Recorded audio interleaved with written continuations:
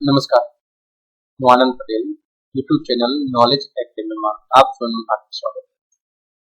આજે આપણે જોઈશું એનસીઈઆરટી અભ્યાસક્રમ મુજબ ધોરણ 10 ગણિત પ્રકરણ 3 દ્વિચલ સુરેખ સમીકરણ યુગ્મ એનો 11મો ભાગ. એમાં આપણે શીખીશું સ્વાધ્યાય 3.5 ના પ્રશ્ન નંબર 3 અને પ્રશ્ન નંબર 4. મિત્રો, અગાઉ આપણે આ પ્રકરણના 10 ભાગ જોઈ ચૂક્યા છે અને આજે આપણે જે ભણવાના છીએ એ પ્રકરણનો 11મો ભાગ છે. એટલે આ ભાગમાં આપને યોગ્ય સમજ પડે એ માટે ભાગ 1 થી 10 જોવા ખૂબ જ જરૂરી છે અને એ તમામ ભાગની લિંક વિડીયોના ડિસ્ક્રિપ્શનમાં આપેલ છે. તો ચલો મિત્રો, હવે શરૂ કરીએ. સ્વાધ્યાય 3.5 પ્રશ્ન નંબર 3. નીચેના સુરેખ સમીકરણ યુગ્મનો ઉકેલ આદેશની રીતે અને ચોકડી ગુણાકારની રીતે શોધો. મિત્રો, અહીંયા બે રીતે આપણે ઉકેલ મેળવવાનો છે. તો સૌ પ્રથમ આપણે જોઈએ આદેશ રીતે ઉકેલ. તો દ્વિચલ સુરેખ સમીકરણમાં જે આપણને આપેલું છે પહેલું કયું છે 8x + 5y બરાબર 9. જે ડાબી બાજુ જમણી બાજુ છે એને આપણે ડાબી બાજુ લખીએ સમીકરણ લખાશે 8x + 5y - 9 બરાબર 0. આની કી સમીકરણ. અને એ જ રીતે બીજું સમીકરણ આપણને આપેલું છે કે 3x + 2y બરાબર 4. 4 ને આપણે જમણી બાજુ ડાબી લખીએ લખાશે 3x + 2y - 4 બરાબર 0. તે આપણને બે સમીકરણ આપ્યા છે. એનો ઉકેલ પહેલા આદેશની રીતે મેળવવાનો છે. આપણે અગાઉ શીખી ગયા છીએ આદેશની રીતે. શરૂ કરીએ. ધારો કે સમીકરણ 1 લઈએ, એમાંથી x સિવાયના જે પણ પદ છે એને જમણી બાજુ લઈએ. શરૂ કરી સમીકરણ 1 પરથી. x સિવાયના બે પદ આપણે જમણી બાજુ લઈએ તો આ જે ધન છે સામે બાજુ ઋણ અને આ ઋણ છે સામે બાજુ કેવું થાય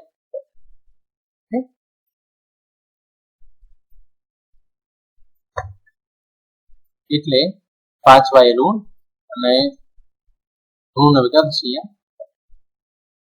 હવે 8 જે છે એ આપણે અહીંયા ગુણાકારમાં છે ડાબી બાજુ, એને જમણી બાજુ લઈએ ત્યાં લખાય ભાગાકારમાં. એટલે લખાશે કે x બરાબર 9 - 5y ભાગાકાર. આને કહીએ આપણે સમીકરણ 3. હવે સમીકરણ 3 માંથી x ની કિંમત આપણે સમીકરણ 2 માં મૂકીશું. એટલે સમીકરણ 2 માં બીજા બધા પદ એમને એમ લખવાના છે. 3 2y - 4 3 2y - 6 સિવાય કે x નું મૂલ્ય સમીકરણ 3 માંથી લખ્યું કેટલું મૂલ્ય આપણને 9 - 5y ભાગ્યા. સાદરૂપ આપી તો નીચે 8 પ્લસ આવશે એનો. તો આને તો નીચે ઓલરેડી 8 છે એટલે શું ગુણાકારમાં છે ઉપર 3 ગુણાકારમાં છે તો 3 કૌંસમાં 9 - 5y. 2y ને 8 વડે ગુણવા પડશે તો વત્તા 2y ગુણ્યા 8. 4 ને પણ 8 વડે ગુણવા પડશે તો 4 ગુણ્યા 8 બરાબર 0. 8 જે છે એને આપણે જમણી બાજુ લઈએ તો 8 ગુણ્યા 0 શું થાય 0. સાદરૂપ આપો ડાબી બાજુ તો 9 તરી 27 માઇનસ 5 તરી 15y 8 દુ 16y અને 8 ચોક 25 બરાબર 0. -15y + 16y કેટલા વધે y અને 27 - 32 કેટલા વધે -5 બરાબર 0. 5 ને આપણે જમણી બાજુ લખીએ તો લખાશે y બરાબર 5. હવે y બરાબર 5 એની જે કિંમત છે એ આપણે સમીકરણ 3 માં મૂકીએ તો આપણને જવાબ મળશે x નું પદ એમને બીજા બધા પદ સિવાય કે y ની કિંમત કેટલી લખવાની અહીંયા 5. એ સિવાય દરેક પદ એમ મૂક્યા છે. સાદરૂપ આપીએ તો 9 એમને એમ પાયો 25 ભાગ્યા 8. હવે 9 - 25 કેટલા થાય 16 પણ કેવા માઇનસ તો -16 ભાગ્યા 16 ભાગ્યા 8 દુ x ની કિંમત કેટલી મળે -. એટલે આપણને કિંમત મળી x નું મૂલ્ય -2 અને y નું મૂલ્ય 5. હવે આ જ ઉકેલ આપણે આદેશની જગ્યાએ ચોકડી ગુણાકારની પદ્ધતિ મેળવીએ. ચલો જોઈએ. તો ચોકડી ગુણાકારની તો અગાઉ આપણે આ બે સમીકરણ કઈ રીતે લખ્યા હતા એ તો શીખી ગયા છીએ. સમીકરણ 1 અને સમીકરણ 2. હવે ચોકડી ગુણાકારમાં આપણને ખબર છે કે A1 B1 C1 A2 B2 C2 દરેકના મૂલ્યની જરૂર પડે છે. તો આપણે એમાં શું કરીએ છીએ, સમીકરણ 1 ને એના સામાન્ય સમીકરણ સાથે સરખાવતા A1 નું મૂલ્ય કેટલું મળવાનું આપણને 8, B1 નું મૂલ્ય કેટલું મળવાનું 5, C1 નું કેટલું મૂલ્ય મળવાનું -9. એ જ રીતે સમીકરણ 2 ને સામાન્ય સમીકરણ A2x + B2y + C2 = D સાથે સરખાવીએ એટલે A2 નું મૂલ્ય મળશે આપણને 3, B2 નું મૂલ્ય મળશે આપણને 2 અને C2 નું મૂલ્ય મળશે -4. એ પણ અહીંયા લખીએ આપણે. હવે ચોકડી ગુણાકારની રીત આપણે શીખી ગયા. સૂત્ર કઈ રીતે લખવું છે તે પણ અગાઉ શીખી ગયા. આના સૂત્રને બીજી રીતે કેવી લખાય, તો આ બંનેનો ગુણાકાર માઇનસ આ બંનેનો ગુણાકાર એ રીતે લખીએ તો એને આ સ્વરૂપમાં લખી શકાય બીજી રીતે. મિત્રો આ દરેક ચોકડી ગુણાકારની રીતમાં કોમન આવે છે, આ યાદ રાખવાનું છે સૂત્ર આપણે. હવે અહીંયા ઉપર x y ને પણ અહીંયા A1 A2 B1 B2 અને C1 C2 દરેકની કિંમત અહીંયા મૂકવાની છે. એ દરેકની કિંમત આપણે અહીંયા મેળવેલી છે. A1 B1 C1 A2 B2 C2. તો એ દરેકની કિંમત જ્યાં પણ જરૂરી છે ત્યાં મૂકીએ.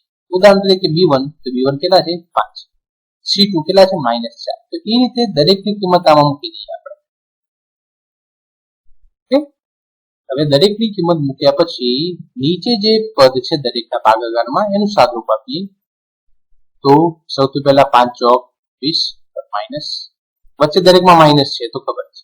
9 દુ 18 કેવા 9 તારી 27 કેવા માઇનસ, 8 ચોક 32 કેવું માઇનસ, 8 દુ 16 ને 5 તારી તમે નીચે સાદુરૂપ આપી આગળ જો તો માઇનસ માઇનસ કેવા થાય અહીંયા તો -20 + 18 કેટલા થાય 2. તો અહીંયા નીચે આવશે -2 કારણ કે -20 તો -20 + 18 કેટલા થાય માઇનસ પ્લસ એટલે +32 અને -23 તો કેટલા વધે 5, 16 - 15 કેટલા વધે. હવે આપણે પહેલા બેની સરખામણી કરીએ તો x ભાગ્યા -2 બરાબર 1 ભાગ્યા 1 પહેલા ને ત્રીજા અને એ જ રીતે બીજા ને ત્રીજાની તો y ભાગ્યા 5 બરાબર 1 ભાગ્યા 1 મતલબ 1 જ થાય. -2 ને સામે લઈ જાઓ એટલે x નું મૂલ્ય મળશે -2, અહીંયા 5 ને તમે સામે લઈ જાઓ એટલે y નું મૂલ્ય આપણને મળશે 5. એટલે આપણે અગાઉ પણ એ જ મૂલ્ય મળ્યા હતા, x નું મૂલ્ય -2 અને y નું મૂલ્ય 5. અહીંયા બંને રીતે આપણે ગણતરી કરી. હવે આગળ જોઈએ આપણે સ્વાધ્યાય 3.5 દાખલા નંબર પ્રશ્ન નંબર 4 નો પહેલો દાખલો. નીચેના કુટ પ્રશ્નોમાં સુરેખ સમીકરણ યુગ્મ મેળવો. કોઈ પણ બીજીક રીતે તેનો ઉકેલ મેળવો જો શક્ય હોય તો. તમારે કોઈ પણ રીતે આનો ઉકેલ મેળવવાનો છે જે તમને યોગ્ય લાગે. તો મિત્રો આપણે મેં દરેકના બાજુમાં અહીંયા રીત લખી છે. આપણે જે ત્રણ રીત શીખ્યા ચોકડી ગુણાકાર, લોકની રીત અને આદેશ. તો આપણે પ્રશ્ન નંબર 4 માં 5 દાખલા છે. તો 5 દાખલા આપણે અલગ અલગ રીતે ગણીશું. તો આપણે આ દાખલો કઈ રીતે ગણીએ, ચોકડી ગુણાકારની મદદથી ગણીએ. પહેલા એક હોસ્ટેલના વિદ્યાર્થીઓનું ભોજન ખર્ચ અંશતઃ અચળ અને અંશતઃ વિદ્યાર્થીઓએ જેટલા દિવસ ભોજન લીધું હોય તે દિવસોની સંખ્યાના પ્રમાણમાં છે. વિદ્યાર્થી A 20 દિવસ ભોજન લે છે અને તેનું ભોજન ખર્ચ 1000 રૂપિયા ચૂકવે છે. વિદ્યાર્થી B 26 દિવસ ભોજન લે છે અને ભોજન ખર્ચ પેટે 1180 રૂપિયા ચૂકવે છે. તો નિશ્ચિત દૈનિક ખર્ચ તથા દૈનિક ભોજન ખર્ચ શોધ. તો સૌપ્રથમ આપણે એના સમીકરણ મેળવ્યું. તો ધારો કે નિશ્ચિત દૈનિક ખર્ચ છે x રૂપિયા અને દૈનિક ભોજન ખર્ચ છે y. આપણને અહીંયા આપેલું છે કે વિદ્યાર્થી એ 20 દિવસ ભોજન લે છે અને તેનું ભોજન ખર્ચ 1000 રૂપિયા ચૂકવે છે. તો ભોજન ખર્ચ એક તો ફિક્સ રેટ તો છે એનો, સાથે સાથે દિવસ પર પણ રેટ છે.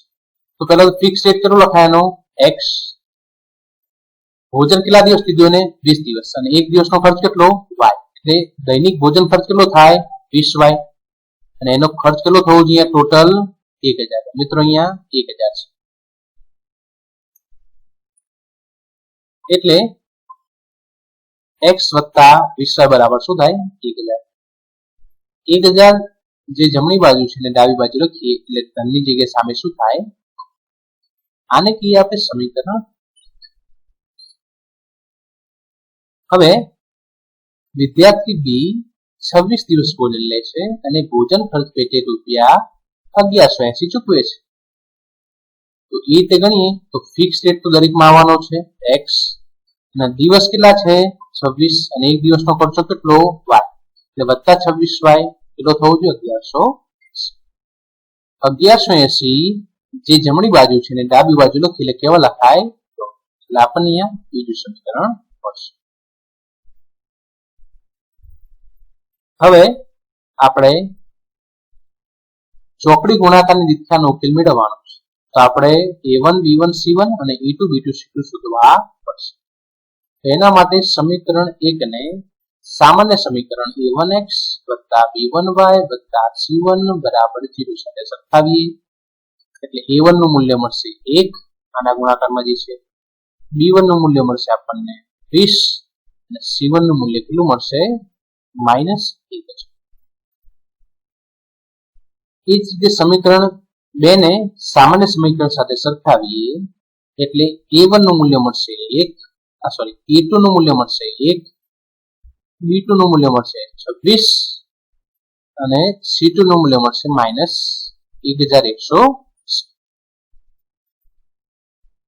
આપણે દરેક અચળાંક મળી ગયા હવે ચોકડી ગુણાકારની રીત મુજબ આપણે સાદરૂપ આપીએ તો દરેક વખતની જેમ જ આપણે સૂત્ર લખીએ એના આ બંને સૂત્રો આપણે યાદ રાખવાના છે કઈ રીતે આવે છે એ આપણે અગાઉ ભાગમાં શીખી ચૂક્યા છીએ પછી દરેક વખતની જેમ જ અહીંયા જે પણ મૂલ્ય જરૂર છે a1 a2 b1 b2 c1 c2 એ આપણે ઉપર શોધ્યા છે એ દરેકના મૂલ્યો આપણે અહીંયા મૂકીશું તો દરેકના મૂલ્યો અહીંયા મૂકું જે પણ જરૂરી છે ઉદાહરણ તરીકે b1 તો કેટલા છે 20 તો અહીંયા મૂકે 20 પછી c2 કેટલા છે -1180 તો દરેકના મૂલ્યો આપણે આ સમીકરણમાં મૂકીએ છીએ એટલે આપણને નવું પદ મળે છે પછી મિત્રો ચોકડી ગુણાકારમાં આંતર સુધી દરેકમાં લગાવે પછી અહીંયા દરેકમાં ફિક્સ જ છે કે કઈ રીતે ગણતરી કરવી આ સૂત્ર મૂકવાનું છે અને અચળાંકના મૂલ્યો મૂકવાના છે સાદરૂપ આપવાનું છે તો તમે નીચેના દરેક પદનું સાદરૂપ આપો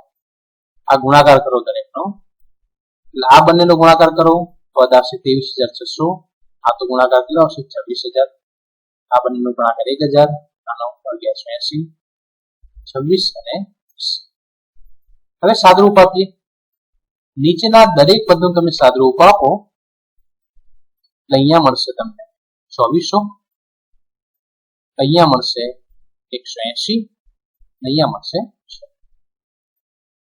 પહેલા અને ત્રીજા પદની તેમ સરખામણી કરો તો x ભાગ્યા 2400 બરાબર 1/6 અને એ જ રીતે બીજા અને ત્રીજા પદની સરખામણી કરો તો y ભાગ્યા 180 બરાબર 1/6 2400 ને આપણે સામેની બાજુ લઈએ એ ઉપર ગુણાકારમાં જશે તો 2400 ભાગ્યા 6 અહીંયા શું થશે 180 ભાગ્યા 2400 ભાગ્યા 6 કેટલા થાય 400 કારણ કે 6 ચોક 24 અને 6 તરી 1000 એટલે y નું મૂલ્ય કેટલું થાય 30 એટલે આપણને અહીંયા નિશ્ચિત દૈનિક ખર્ચ એટલે કે x કેટલો મળ્યો 400 રૂપિયા અને દૈનિક ભોજન ખર્ચ y કેટલો મળ્યો 300 મિત્રો એટલું યાદ રાખો કે ચોકડી ગુણાકારમાં પહેલા સમીકરણ મેળવવાના અને એમાં એક વસ્તુ ખાસ રાખવાની છે કે સમીકરણમાં કોઈ પણ પદ જમણી બાજુ હોવું જોઈએ નહીં પછી એને સરખામણી કરીને આપણે a1 a2 b1 b2 c1 c2 મેળવવાના છે પછી તો દરેકમાં આ પદ્ધતિ કોમન છે આ સૂત્ર મૂકવાનું એના મૂલ્ય મૂકવાના અને સાદું ઓકે ચલો આગળ પ્રશ્ન નંબર 4 બીજો દાખલો એક અપૂર્ણાંકના અંશમાં એક બાદ કરવામાં આવે તો નવા અપૂર્ણાંકનું અતિ સંક્ષિપ્ત સ્વરૂપ 1/4 તે જ અપૂર્ણાંકના છેદમાં 8 ઉમેરવામાં આવે તો મળતા અપૂર્ણાંકનું અતિ સંક્ષિપ્ત સ્વરૂપ 1/4 થાય છે તો તે અપૂર્ણાંક છે મિત્રો આપણે કઈ રીતની મદદ લઈશું આપણે? મિત્રો હવે આપણે અગાઉ ત્રણે શીખી ચૂક્યા છીએ. એમાંથી તમને જે પણ રીત સરળ જણાય એની મદદથી તમે દાખલો કરી શકો છો. અને મારા મતે લોકની રીતથી તમે દાખલો સૌથી સરળ રીતે કરી શકો છો. એમાં ભૂલ થવાની શક્યતા ઓછી છે અને ઝડપથી જવાબ આવે છે લોકની રીતે. તો આપણે આ દાખલો ભણશું લોકની. સૌપ્રથમ આપણે સમીકરણ મેળવવા પડશે. ધારો કે અપૂર્ણાંકનો x અને અપૂર્ણાંક છે. આપણને કીધું છે કે અપૂર્ણાંકના અંશ એક બાદ કરતા અને અપૂર્ણાંકની અતિ સંક્ષિપ્ત સ્વરૂપ કેટલો મળે છે? 1/2. તો લખાશે અપૂર્ણાંકના અંશમાંથી એક બાદ કરવાનો અપૂર્ણાંક કયો કહેવાય? x ભાગ્યા y કહેવાય અપૂર્ણાંક. એટલે કે એમાંથી એક બાદ કરો એટલે x - 1 ભાગ્યા y. કેટલો જવાબ આવવો જોઈએ? સાદુરૂપ આપીએ 3x - 1 ના ગુણાકાર જશે અને y 7 ના ગુણાકાર. 3 ગુણાકારમાં x - 1 બરાબર y. આને લખાશે 3x - 3 બરાબર y. y ને આપણે ડાબી બાજુ લખીએ એટલે જે કેવું લખાય અહીંયા શું થશે? આ છે સમ. હવે બીજું સમીકરણ જોઈએ. આપણે શું કીધું છે? અપૂર્ણાંકના છેદમાં મેળવતા અપૂર્ણાંકની કિંમત અતિ સંક્ષિપ્ત રૂપમાં 1/4 બને છે. તો અંશ એમને એમ લખવાનો છે. છેદમાં કેટલા ઉમેરવાના છે? 8. તો y વત્તા 8 એટલે જવાબ આવવો જોઈએ બરાબર 1. સાદુરૂપ આપીએ 4 ગુણ્યા x બરાબર y વત્તા 8. જે પણ પદ છે જમણી બાજુ ડાબી બાજુ લખીએ લખાશે 4x - y - 8 બરાબર 0. આ છે સમીકરણ 1 અને 2 તમને મળી ગયા. હવે આપણે લોકની રીતે અહીંયા ઉકેલ મેળવવાનો છે. તો લોકની રીતમાં આપણે શું કરતા તમને ખ્યાલ હોય તો ગમે તે એક ચલનો લોપ કરીએ છીએ. ચલનો લોપ ક્યારે થાય? કે જ્યારે બંને ચલના સહગુણક સરખા થાય. તો સૌપ્રથમ આપણે અહીંયા માનો કે x નો લોપ કરવો હોય તો અહીંયા 4 અહીંયા 3. તો આને 4 વડે ગુણવા પડે અને તો એના કરતા આપણે અહીંયા y નો લોપ કરીએ સરળતાથી y. બંનેના સહગુણક સરખા છે. અહીંયા માઈનસ અહીંયા પણ માઈનસ. તો શું કરવું પડશે? અહીંયા બાદબાકી કરશો તે y થશે. તો સમીકરણ 1 માંથી સમીકરણ 2 બાદ કરો. સમીકરણ 1 લખીએ 3x - y - 3 બરાબર 0.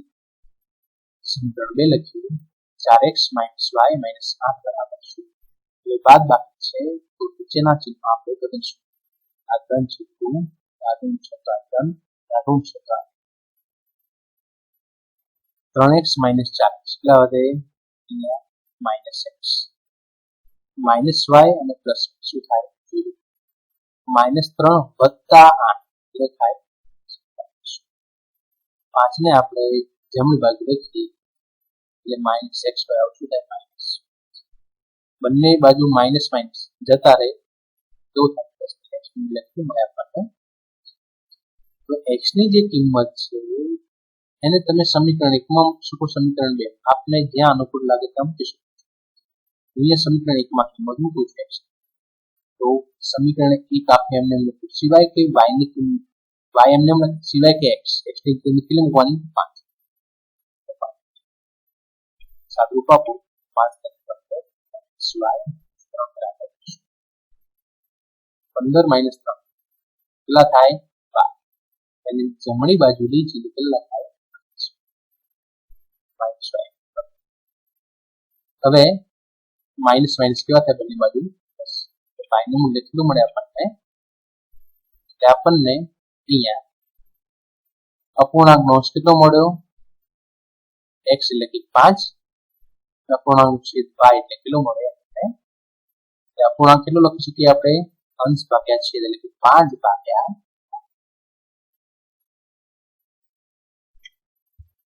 બીજો દાખલો.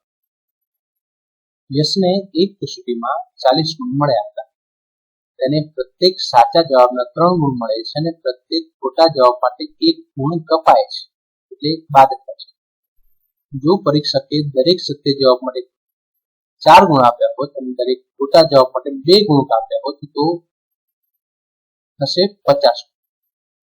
તો કસોટીમાં કેટલા પ્રશ્નો કઈ રીતે ઉકેલ મેળવશું આપણે?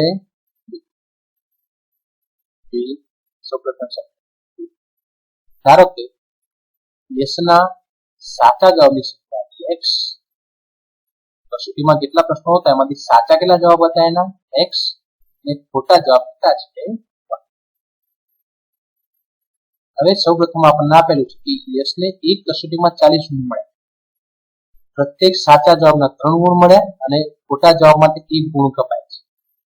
તો સાચા જવાબના 3 તો x સાચા હોય, x જવાબ સાચા છે તો કુલ ગુણ કેટલા થાય? 3x. ઓકે, એમાંથી ખોટા જવાબ કેટલા છે? y ખોટા છે એના માટે 1 ગુણ કપાય. તો એક પ્રશ્ન 1 ગુણ કપાય તો y કેટલા કપાય? તો y ગુણ્યા 1 એટલે કે ફાઇનલ જવાબ કેટલો આવવો જોઈએ? 40.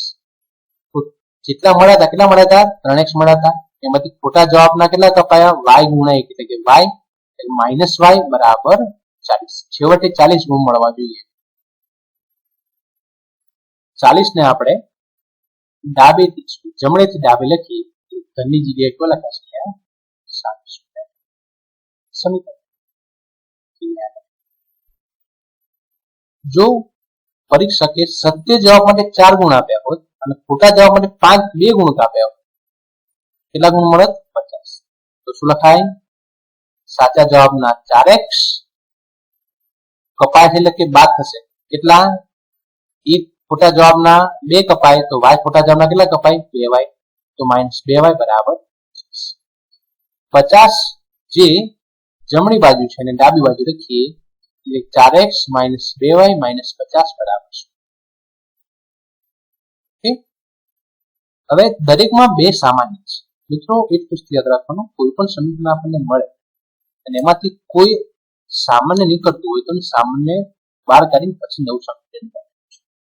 તો અહીંયાથી 2 કોમન નીકળ્યા, અહીંયાથી પણ 2 અને અહીંયા સામે લઈએ 0 ભાગે 2 શું થાય? અહીંયા કેટલા લખાય? x. અહીંયાથી 2 નીકળેલો y 50 ના 2 વડે ભાગ આપે 25. આની કેસ હવે લોકની રીતે આપણે ઉકેલ મેળવવાનો છે.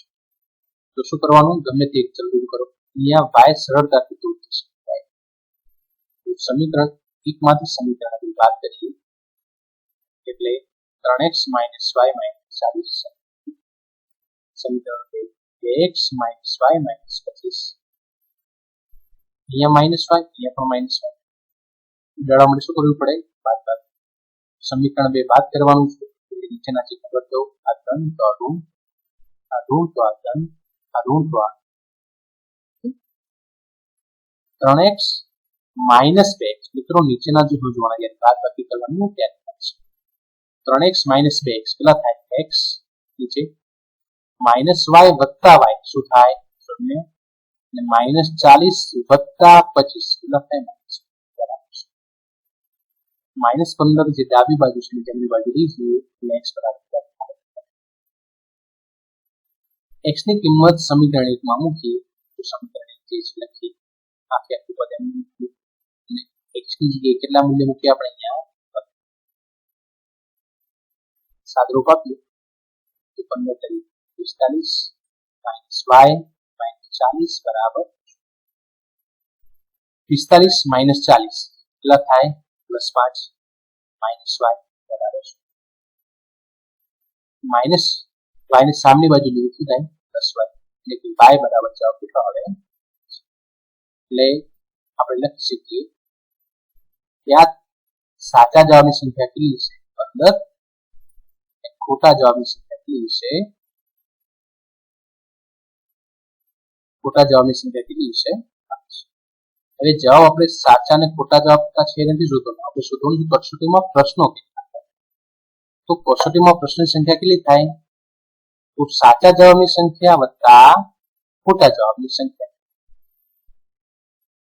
ઓકે, ધારો કે 15 પ્રશ્નો હોય ઉદાહરણ તરીકે, તો 7 ખોટા હોય તો 8 કેવા હોય? સાચા. એટલે બંનેનું ટોટલ કરો તમને કુલ પ્રશ્નો મળે. તો અહીંયા સાચા જવાબ કેટલા છે? 15. ખોટા જવાબ કેટલા છે? 5. 15 વત્તા 5 તો કોષ્ટકમાં કુલ પ્રશ્નો કેટલા હશે?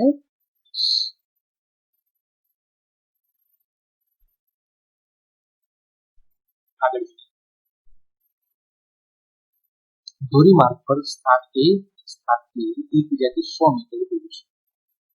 એક ગાડી A થી ઉપડે છે અને બીજી ગાડી B થી ઉપડે છે. ગાડીઓ એક જ દિશામાં ભિન્ન પરંતુ એક ધારી ઝડપથી 5 કલાકમાં એકબીજાને મળે છે. એક ધારી ઝડપથી ચાલે છે પરંતુ એક જ દિશામાં ચાલે છે. તેઓ એકબીજા તરફ ચાલે તો 1 કલાકમાં મળે છે. તો બે ગાડીઓની ઝડપ કઈ રીતની મદદ કરીશું આપણે? તો આપણે સૌપ્રથમ આપણને જે પૂર્વ પ્રશ્ન આપ્યો છે એના આધારે આપણે પહેલા સમીકરણ ધારો કે પ્રથમ ગાડીની ઝડપ લીધું x કિલોમીટર અને બીજી ગાડીની ઝડપ લીધી y કિલોમીટર. હવે પૂર્વ પ્રશ્નમાં પહેલું સ્થિતિ કઈ છે? ગાડી A થી ઉપડે છે અને બીજી ગાડી B થી ઉપડે છે. ગાડીઓ એક જ દિશામાં ચાલે છે પરંતુ ભિન્ન એક દિશામાં પરંતુ ગાડીઓ એક જ દિશામાં ભિન્ન પરંતુ એક ધારી ઝડપથી ચાલે છે. બંને ઝડપ સરખી છે અને 5 કલાકમાં એકબીજાને મળે છે. તો મિત્રો આને સમજવા માટે આપણે કાપી એટલે તમને વધુ ખબર પડશે. ધારો કે આ A સ્થાન અને આ બંને વચ્ચેનું કેટલું છે? હવે બંને એક જ દિશામાં ચાલે છે. જો બંને ગાડી એક જ દિશામાં ચાલે છે દેખાય છે. સામસામેની એક જ દિશામાં ચાલવી જોઈએ. આને આમ કરો તો મતલબ સામસામે ચાલે. એક દિશા કહેવાની વિરુદ્ધ દિશા થાય તો બંનેની દિશા એક જ થવી જોઈએ. બંને દિશા એક થાય છે. હવે માનો કે કોઈ સી સ્થળ છે ત્યાં એકબીજાને મળે છે. સી સ્થળ એ દરમિયાન બી કેટલું અંતર કાપશે? તો કેટલા કલાકમાં મળે છે? ત્યાંથી નીકળ્યા પછી 5 કલાક. તો બી ની ઝડપ કેટલી છે? y. તો કિલોમીટર પ્રતિ કલાક. તેનો મતલબ કે બી ગાડી જે છે 1 કલાકમાં y કિલોમીટર અંતર કાપે. આનો મતલબ શું થાય કે બી ગાડી એટલે કે બીજી ગાડી 1 કલાકમાં y કિલોમીટર અંતર કાપે. 5 કલાકમાં કેટલું અંતર કાપે? તો 5 કલાક. તો મતલબ બી થી નીકળેલી જે ગાડી છે એ સી સુધી પહોંચે ત્યાં સુધી અંતર કેટલું કાપ્યું છે? 5. એ જ રીતે એ થી નીકળેલી ગાડીએ કેટલું અંતર કાપ્યું છે? તેની ઝડપ કેટલી છે? x કિલોમીટર પ્રતિ કલાક. મતલબ કે 1 કલાકમાં x કિલોમીટર અંતર કાપે. તો 5 કલાકમાં કેટલું કાપે? 5. તો એ થી સી નું અંતર કેટલું થાય? 5. હવે આના આધારે તમે લખી શકો છો જો કે સૌથી મોટી કિંમત કોની છે? 5x. આટલાથી આટલું અંતર છે 5x. તો 5x માંથી તમે આટલું અંતર કાપો તમને દેખાય છે. આમાંથી 5x માંથી તમે 5y જવા દો એટલે કેટલું અંતર વધે? આટલામાંથી આટલું દૂર કરો તો મતલબ કેટલું અંતર વધે? 100. તો તમે લખી શકો કે 5x માઇનસ 5y બરાબર શું થાય? 100. સાદુરૂપ આપીએ 100 ને આપણે જમણીથી ડાબી બાજુ લખીએ તો શું લખાશે? બરાબર શું સમીકરણ. હવે આગળ જોઈએ બીજી સ્થિતિ જે છે એના પહેલા આપણે અહીંયાથી દરેકમાંથી 5 કોમન લખી 5 5 અને 20 × 100. એટલે આમાંથી દરેકમાંથી 5 સામે જવા દઈએ તો પણ શું થાય? 0 થાય. તો 5 અહીંયાથી નીકાળો તો x, અહીંયાથી 5 નીકાળો તો y, અહીંયાથી 5 નીકાળો તો 20 × 50 એટલે કેટલા વધે? આને કહીએ આપણે સમીકરણ. મિત્રો આને નહીં, આને સમીકરણ. હવે બીજી સ્થિતિ જોઈએ આપણે. તેઓ એકબીજા તરફ ચાલે તો 1 કલાકમાં મળે છે. એ અને બી વચ્ચે 100 કિલોમીટર એકબીજા તરફ ચાલવાનું છે. જો બંને અહીંયા એક જ દિશામાં ચાલતી દેખાય, અહીંયા બંને સામ સામે ચાલે છે અને કેટલા સમયમાં મળે છે? 1 કલાકમાં. તો ધારો કે સી પાસે મળે છે તો એ થી સી નું અંતર કેટલું થવું જોઈએ? x. કેમ? કારણ કે એ થી નીકળેલી ગાડી એની ઝડપ કેટલી છે? પહેલી ગાડી તો x. 1 કલાકમાં x કિલોમીટર કાપે તો 1 કલાકમાં એ ત્યાં પહોંચી જાય છે સી પાસે તો કેટલું અંતર કાપ્યું છે? અને એ જ રીતે બી થી નીકળેલી બીજી ગાડીએ કેટલું અંતર કાપ્યું છે? y. કારણ કે 1 કલાકમાં છે. અહીંયા 5 કલાક હતું તો શું લખ્યું આપણે? 5x અને 5y. અહીંયા એક જ કલાક થયો x અને y. અહીંયા તમને આકૃતિ પરથી જોવા મળે છે કે 100 એ કોણ બંને સરવાળો થાય? x અને y બંને અંતરનો તમે સરવાળો કરો એટલો થવો જોઈએ 100. લખીએ કે x વત્તા y બરાબર 100. સદરૂપ આપી 100 ને આપણે જમણેથી ડાબે લખીએ એટલે કેવું લખાશે? અહીંયા x બરાબર 0. આ જે છે એ ફક્ત સમજ માટે છે, એટલે એ દાખલામાં લખવાનું નથી. હવે આ ફક્ત આપની જાણ માટે લખ્યું છે, એટલે આ દાખલામાં લખવું જરૂર નથી. આ ફક્ત આપણે સમીકરણ 2 અને સમીકરણ 1 કઈ રીતે આવે છે એ સમજાવવા માટે અહીંયા મેં લખ્યું છે. તો હવે આને દૂર કરીએ આપણે. કઈ રીતની મદદથી મેળવવાનું છે? તો લૂપની રીતમાં આપણે શીખી ગયા કે ગમે તે એક ચલ દૂર કરો. તો જો અહીંયા માઇનસ y, અહીંયા પ્લસ, તો સીધો તમે 1 અને 2 નો સરવાળો કરશો તો y જશે. સીધા તમે 1 અને 2 ની બાદબાકી કરો તો શું જશે? x. આપને યોગ્ય લાગે તો સરવાળો કરી શકો, યોગ્ય લાગે તો બાદબાકી કરી શકો. અહીંયા મેં સમીકરણ 1 ને સમીકરણ 2 માં ઉમેર્યા છે, મતલબ સરવાળો કર્યો છે. તો પહેલું સમીકરણ x - y - 20 બરાબર 0. બીજું સમીકરણ x વત્તા y - 100 બરાબર 0. સરવાળો કરીએ બંનેનો તો x અને x કેટલા થાય? x માઇનસ y અને પ્લસ y શું થાય? 0. -20 અને -100 એટલે -120 બરાબર 120 ને આપણે જમણી બાજુ લઈએ શું લખાય? 2 ને આપણે 120 ના ભાગાકારમાં લખીએ તો 120 ભાગ્યા 2 કેટલો થાય? x બરાબર શું થાય? હવે x ની કિંમત સમીકરણ 1 માં મૂકીએ તો x ની જગ્યાએ કેટલા મૂકીએ? અમે 60 - y અને અહીંયા થશે સમીકરણ 1 માં કિંમત મૂકીએ આપણે એટલે x ની જગ્યાએ લખ્યા 60 - y 20 જે છે એટલે -20 બરાબર. સાદુરૂપ આપો એનું તો 60 - 20 એટલે 40 - y બરાબર y ને આપણે જમણી બાજુ લખીએ એટલે ઋણની જગ્યાએ કેટલો લખાશે? ધન, એટલે y બરાબર 40. આથી પ્રથમ ગાડીની ઝડપ કેટલી હતી? x. x નું મૂલ્ય કેટલું મળ્યું? 60. એ થાય 60 કિલોમીટર પ્રતિ કલાક. એ જ રીતે બીજી ગાડીની ઝડપ કેટલી લખાય? 40 કિલોમીટર પ્રતિ કલાક.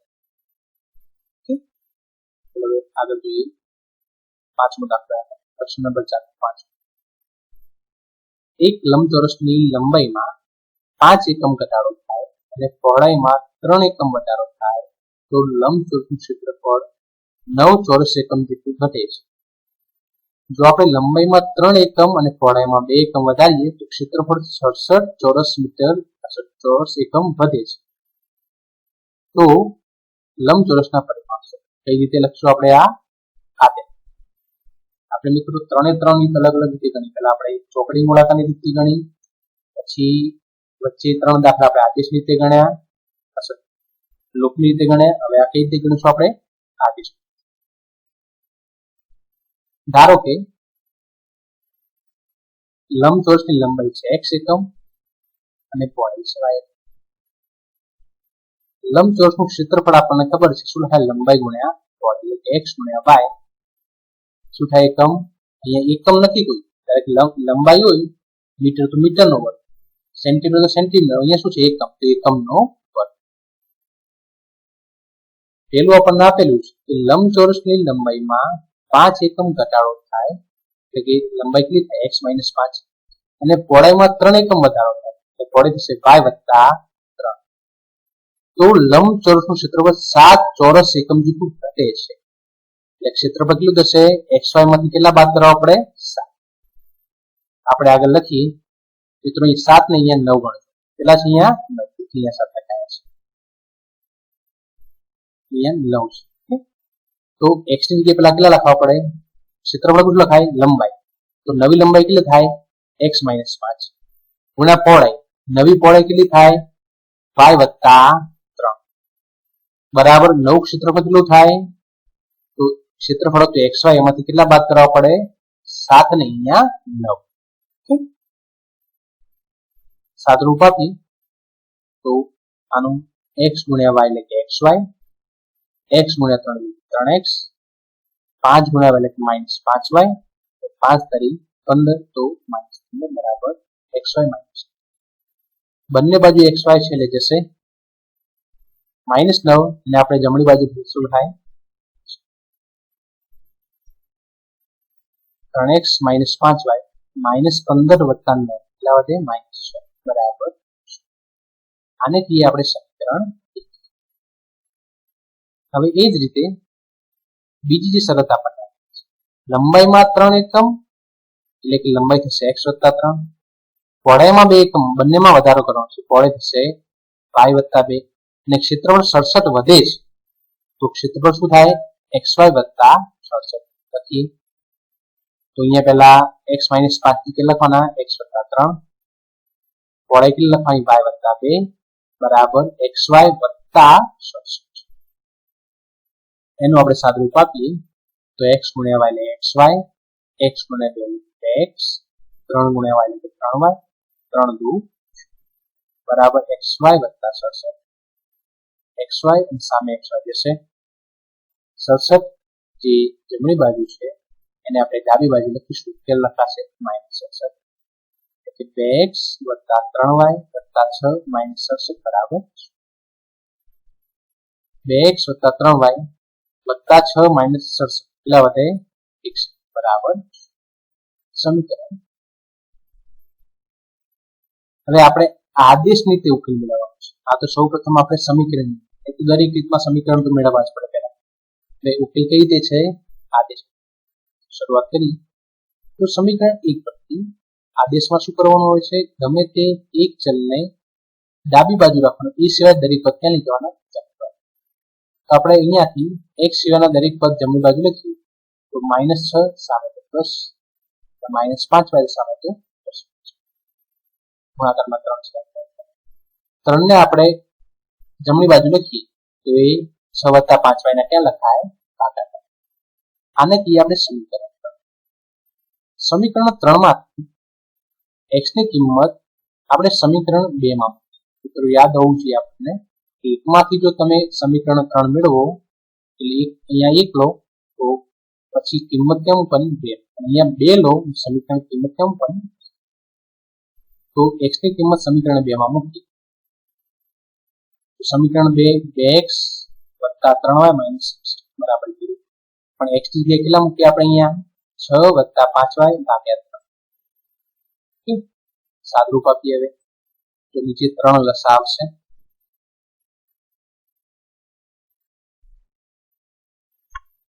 નીચે 3 લસા આવશે અહીંયા પહેલા પદને 3 વડે ગુણવાની જરૂર નહીં પડે કારણ કે એના ભાગાકારમાં 3 છે 2 ગુણાકારમાં 6 + 5y 3y ને 3 વડે ગુણ્યા છે અને 61 ને પણ 3 વડે ગુણ્યા છે ભાગાકારમાં 3 બરાબર છે 3 ને આપણે સામે લીધીએ તો ગુણાકારમાં છે તો 3 * 0 શું તો ઉપરનું સાદુરૂપ આપીએ આગળ જતા આવે તો 6 × 12 5 × 10 3 × 9y 61 ગુણ્યા 3 કેટલા થાય 180 બરાબર છે અગર સાદુરૂપ આપીએ તો 10y + 9y એટલે 19y 12 - 180 એટલે થાય 171 બરાબર છે 171 જમણી બાજુ લીધું ધન 19 જે છે એ ગુણાકાર વચ્ચે સાથે ક્યાં જાય એના ભાગાકાર y બરાબર 171 ભાગ્યા 19 171 ભાગ્યા 19 કેટલા થાય y ની કિંમત એ સમીકરણ 3 માં મૂકી આપણે સમીકરણ 3 છે 6 + 5 y ની જગ્યાએ કેટલું મૂકવાનું ભાગાકાર 9 × 5 = 45 + 6 45 + 6 કેટલા થાય 51 ભાગ્યા 3 કેટલા થાય 17 × 51 કેટલું મળે આપણને ત્યાંથી લંબચોરસની લંબાઈ કેટલી થાય 17 એકમ પહોળાઈ છે